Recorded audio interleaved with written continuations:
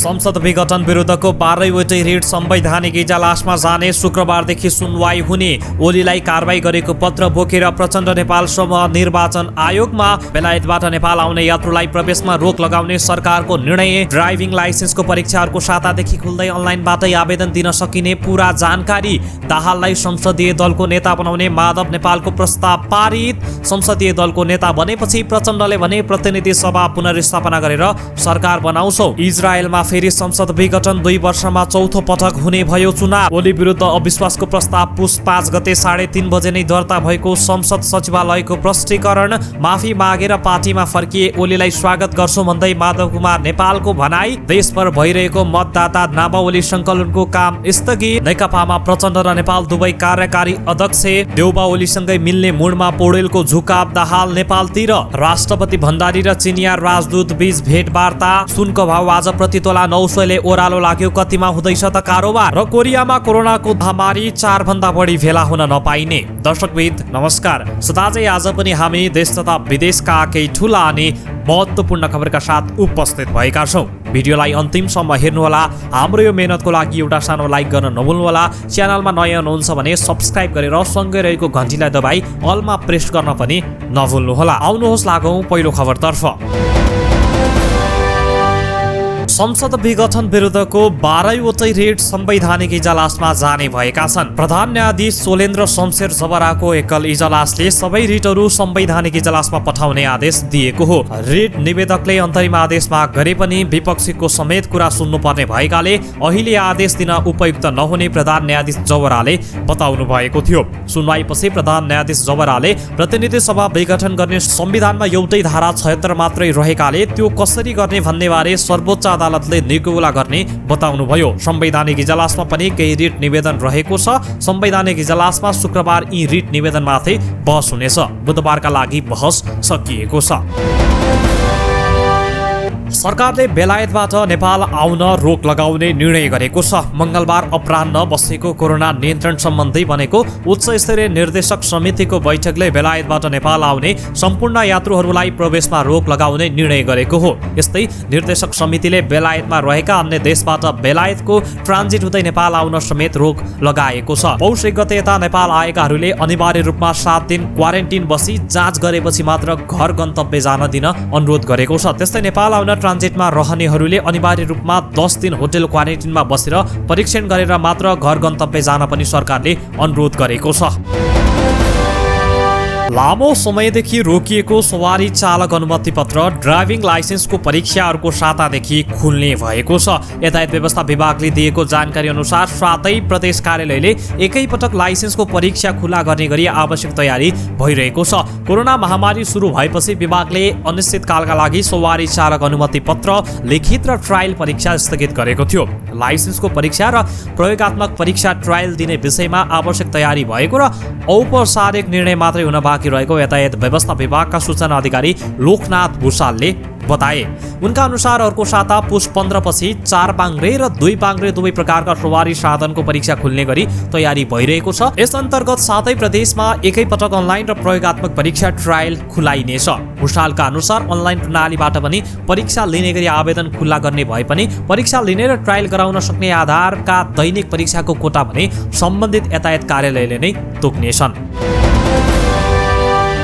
Nepal communist पार्टीको प्रचण्ड नेपाल समूहको संसदीय दलको नेता चुनिएपछि अध्यक्ष पुष्पकमल दाहाल प्रचण्डले विघटित प्रतिनिधि सभा पुनर्स्थापित गरेर सरकार बनाउने बताएका छन्। बानेश्वरमा बुधबार दिउँसो बसेको उक्त समूहको बैठकले संसदीय दलको नेताबाट प्रधानमन्त्री केपी शर्मा ओलीलाई हटाएर प्रचण्डलाई चयन गरेको थियो।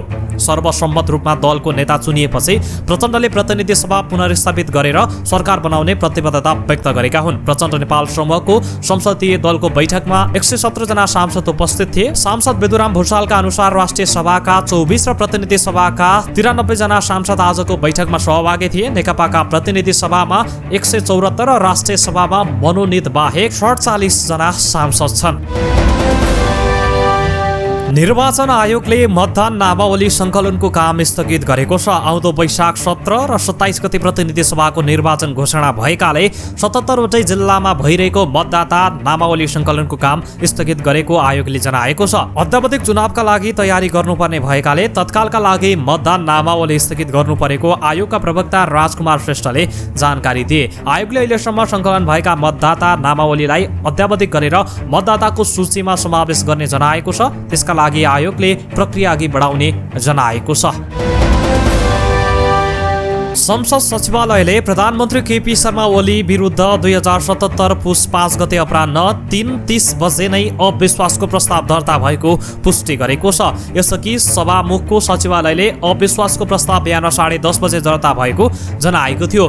संघीय संसद सचिवालयका प्रवक्ता रोजनाथ पाण्डेले विज्ञप्ति जारी गर्दै सभामुखलाई सम्बोधन गर्दै विधिवत पेश भई सभामुखको तोक आदेशपछि सोही दिन अपराह्न 3:30 कार्य व्यवस्था शाखा प्रतिनिधि सभामा अविश्वासको प्रस्ताव दर्ता भएको स्पष्ट पार्नु भएको छ। प्रधानमन्त्री ओलीले संसद विघटन गर्नु अगाडि नै उहाँ विरुद्ध अविश्वासको प्रस्ताव दर्ता भइसकेको समेत चर्चा चलेको थियो। भ्रम फैलिएपछि सचिवालयले विज्ञप्ति जारी गर्दै प्रश्न पारेको हो।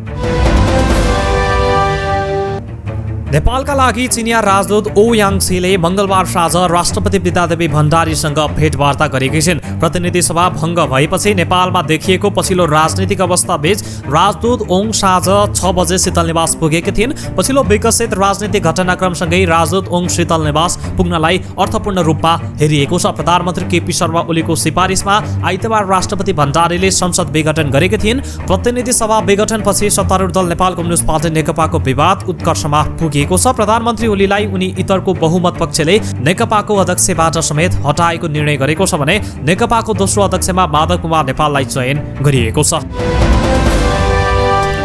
बेलायतमा नयाँ स्वरूपमा कोरोना भाइरस संक्रमण तीव्र रूपमा फैलिएसँगै अहिले सर्वत्र चासो र चिन्ता बढेको छ। विश्वका 50 भन्दा बढी देशले बेलायतबाट जाने उडानमा रोक लगाएका छन्। छिमेकी फ्रान्सले सीमा बन्द गरिदिएका कारण झन्डै 3000 लरी ट्रक सीमामा रोकिन बाध्य भए। खाद्यान्नकै हाहाकार हुने चिन्ताका बीच बेलायत र फ्रान्सेली अधिकारीहरू बीचको वार्तापछि फ्रान्सले बुधबारदेखि कोभिड नेगेटिभ रिजल्ट हुनेलाई प्रवेश अनुमति दिन सहमति जनाएको छ। हाल केही हप्तादेखि धेरै चर्चामा रहेको भाइरस VUI 2020-12 यो युकेको लन्डन र दक्षिण पूर्वी इङ्ल्यान्डमा बढी देखिएको छ। नेकपा अध्यक्ष द्वय पुष्पकमल दाहाल र माधव कुमार नेपाल समूह प्रधानमन्त्री तथा अध्यक्ष केपी शर्मा ओलीलाई कारबाही गरेको पत्र लिएर निर्वाचन आयोग पुगेको छ। ओलीलाई कारबाही गरेको र आफूहरू नै आधिकारिक नेकपा भएको बेहोरा पत्र बोकेर नेकपा नेता सुरेन्द्र पाण्डे, लीलामणि पोखरेल, मुक्ति प्रधान लगायतका निर्वाचन आयोग पुगेका छन्। उनीहरू दिउँसो 2:30 बजे निर्वाचन आयोग पुगेका हुन्। उनीहरूले आयोगमा सूर्य चिन्हमा दाबी समेत गरेका छन्। 2/3 भन्दा बढी केन्द्रीय सदस्य रहेको दाबी गर्दै आफूहरूको निर्णय आधिकारिक रहेको स्थायी कमिटी सदस्य लीलामणि पोखरेलले बताए। संसद विघटन गर्ने प्रधानमन्त्री केपी शर्मा ओलीको असंवैधानिक कदमलाई कसरी लिने भन्नेमा प्रमुख प्रतिपक्ष काङ्ग्रेसभित्र पनि दुई थरी विचार प्रकट भएका छन्। प्रधानमन्त्री ओलीको कदम विरुद्ध छलफल गर्न पार्टी केन्द्रीय कार्य समितिको मंगलबार सुरु बैठकमा संसद पुनर्स्थापनातिर कि निर्वाचनतिर केन्द्रित हुने भन्नेमा मत बाँझिएको हो। काङ्ग्रेस सभापति शेरबहादुर देउबा र उनी पक्षीय सदस्यहरू प्रधानमन्त्री ओलीको कदमलाई आक्रामक ढंगले प्रतिवाद गर्ने मुडमा देखिएका छैनन्। बरु यसलाई अवसरको रूपमा लिएर निर्वाचन तयारीमा जानुपर्ने पक्षमा छन्। वरिष्ठ नेता रामचन्द्र पौडेल र उनी पक्षीय नेताहरू भने ओलीको कदमलाई संविधानमाथि हमला भएकाले लोकतान्त्रिक पार्टीले क्षणिक लाभ हानि हेर्न नहुने पक्षमा छन्। सार्वजनिक खपतका निम्ति विज्ञप्ति निकाल्ने बाहेक सभापति देउबा प्रधानमन्त्री ओलीको कदमप्रति आक्रामक छैनन्। आफै अघि सरेर प्रतिवादमा पनि उत्रिएका छैनन्। इजरायलमा 2 वर्षमा चौथो पटक चुनाव हुने भएको छ। दुई प्रथम पार्टी बीचको गठबन्धन सरकारले समयमै सन् 2020 को बजेट पारित गर्न नसकेपछि नयाँ चुनावको घोषणा गरिएको हो। बेलायती प्रसारण संस्था बीबीसीका अनुसार पछिल्लो चुनाव भएको 12 महिनापछि 23 मार्चमा पुनः मतदान हुन लागेको हो। पछिल्ला 2 निर्वाचनमा दुवै प्रमुख दलले बहुमत ल्याउन सकेका थिएनन्। त्यसपछि त्यहाँ गठबन्धनको सरकार बनेको थियो। इजरायलका प्रधानमन्त्री बेन्जामिन नेतान्याहुमाथि भ्रष्टाचारको आरोप छ। छ उनी 6औं पटक प्रधानमन्त्री कार्यालयमा फर्किने दाउमा छन्। आफूमाथि लागेका आरोपलाई उनले अस्वीकार गर्दै आएका छन्। मंगलबार मध्यराते इजरायलको संसद स्वत विघटन भएको हो। सन् 2020 को बजेट समयमै पारित गर्न नसकेपछि संसद विघटन भएको हो। विघटन हुनबाट बचाउन 11 घण्टा अघि बजेट पारित गर्न समय थप्ने सम्बन्धी विधेयक ल्याइएको थियो, तर सांसदहरूले त्यसको विपक्षमा मत हालेका थिए। दक्षिण कोरियामा कोरोना प्रकोप तेस्रो पटक महामारीका रूपमा देखिन थालेपछि सरकारले सामाजिक दूरीलाई थप कडा गर्ने भएको छ।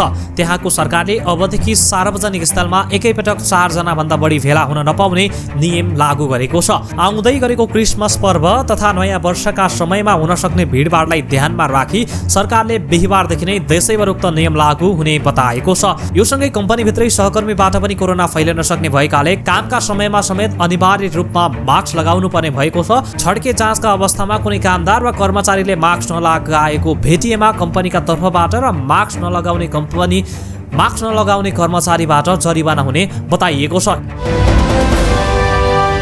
आज बुधबार सुनको मूल्य प्रति तोला 900 रुपैयाँले ओह्रालो लागेको छ। छापावाला सुन मंगलबार प्रति तोला 94,900 मा कारोबार भएको थियो। बुधबार प्रति तोला 900 रुपैयाँले ओह्रालो लागि 94,000 मा कायम भएको नेपाल सुनचाँदी व्यवसायी महासंघले जनाएको छ। यसैबीच तेजाबी सुन मंगलबार प्रति तोला 94,400 मा कारोबार भएकामा बुधबार भने प्रति तोला रु 93,500 रुपैयाँ कारोबार भइरहेको छ। त्यसैगरी चाँदी प्रति तोला 50 रुपैयाँले घटेको छ। प्रति तोला रु 1,315 मा मंगलबार कारोबार भएको चाँदी बुधबार प्रति तोला 1,265 मा कारोबार भएको छ। दर्शकबिन हामीले तपाईलाई महत्त्वपूर्ण खबरहरू प्रस्तुत गर्यौं। भोलि यही समयमा फेरि पनि उपस्थित हुनेछौँ। आजको लागि बिदा दिनुहोस्। हस्त नमस्ते।